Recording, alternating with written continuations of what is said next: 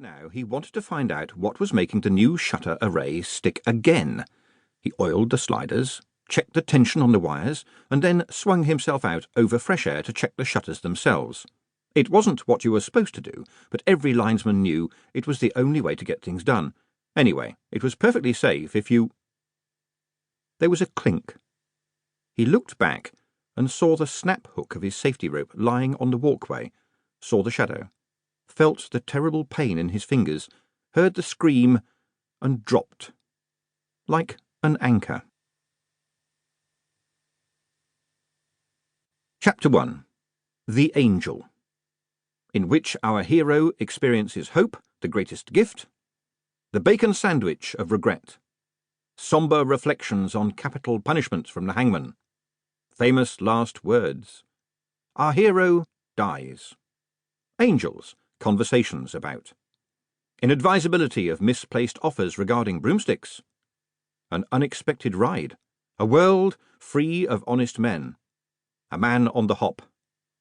There is always a choice. They say that the prospect of being hanged in the morning concentrates a man's mind wonderfully. Unfortunately, what the mind inevitably concentrates on is that, in the morning, it will be in a body that is going to be hanged. The man going to be hanged had been named Moist von Lipwig by doting, if unwise, parents, but he was not going to embarrass the name, insofar as that was still possible, by being hung under it. To the world in general, and particularly on that bit of it known as the death warrant, he was Alfred Spangler. And he took a more positive approach to the situation, and had concentrated his mind on the prospect of not being hanged in the morning, and most particularly on the prospect of removing all the crumbling mortar from around a stone in his cell wall with a spoon.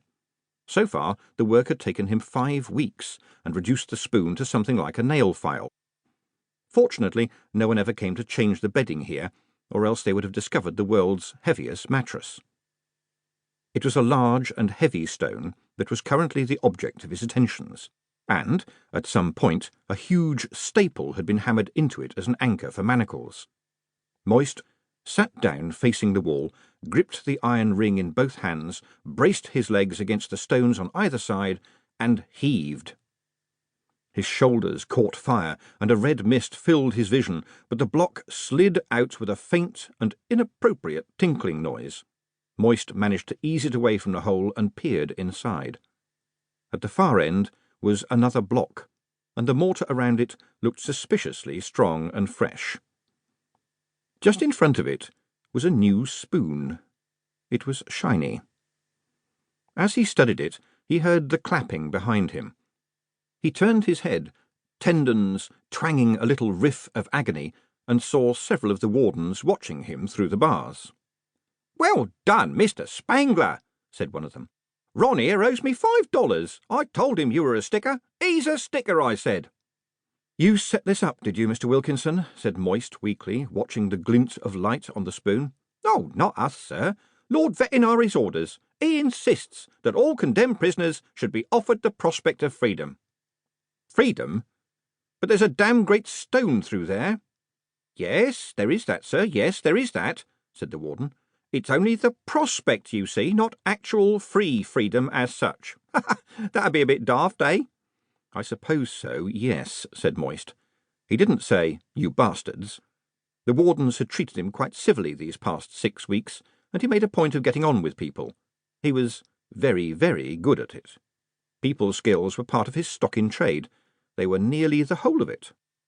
Besides, these people had big sticks. So, speaking carefully, he added, "Some people might consider this cruel, Mr. Wilkinson." "Yes, sir. We asked him about that, but he said no, it wasn't. He said it provided," his forehead wrinkled, "occupation all therapy. Healthy exercise, prevented moping, and offered that greatest of all treasures, which is hope, sir." "Hope," muttered Moist glumly. "Not upset, are you, sir?" "Upset? Why should I be upset, Mr. Wilkinson?" "Only the last bloke we had in this cell, he managed to get down that drain, sir. Very small man, very agile." Moist looked at the little grid in the floor. He'd dismissed it out of hand. "Does it lead to the river?"